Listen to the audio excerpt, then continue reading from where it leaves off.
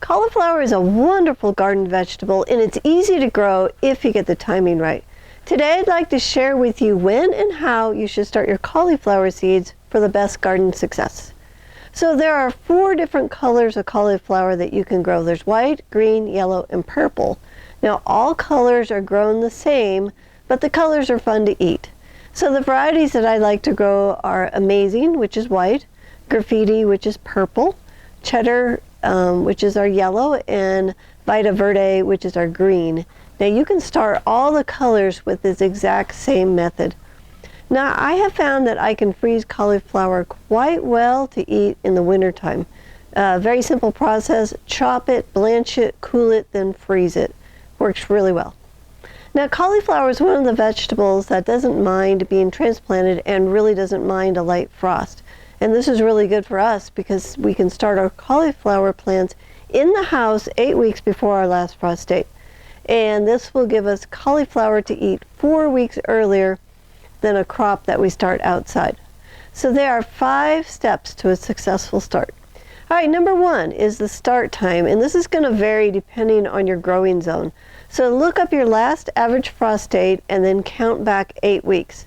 So for example, my last average frost date is May 15th, and 8 weeks back will be around March 15th. This is when I start my cauliflower seeds.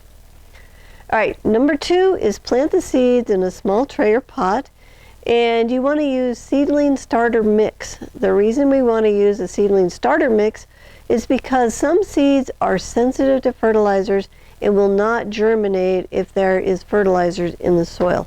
So it's safer to start all of your seeds in a seedling starter mix. Now we have our family secret seedling soil mix recipe available to you, and I'll put a link in the description below if you would like to use it. Now if you want to buy a pre-mix, I would use the Seed Starter Natural Potting Soil Mix. It's made in the United States and it's what the professional growers use. And I'll put a link in the description below so you can find the seedling starter mix. Now you will want 1 cauliflower plant per person that you're going to feed. So if you're going to freeze some cauliflower for the winter, then go ahead and double what we plant. So for example, there are 4 people that I'm feeding, and I will plant 4 cauliflower plants for eating fresh and then 4 for freezing. So that's 8 plants total. So I'm going to go ahead and sow 16 seeds. Now the reason I want to sow so many seeds is that things can happen to your seedlings along the way, and I want to be sure that I get enough cauliflower plants to put in the ground. If I have extra plants, not a problem, I can give some away. I can never get the time back if I don't plant enough seeds. So double sow what you are wanting. Now if you're wanting a succession of cauliflower to eat throughout the season, plant cauliflower seeds every 4 weeks until July. All right, number 3 is grow the plants under lights for 12 hours a day or outside during the day if it's above freezing, and then inside at night. So once you see the first adult leaves starting to grow, it's time to transplant the seedlings into their own little pots.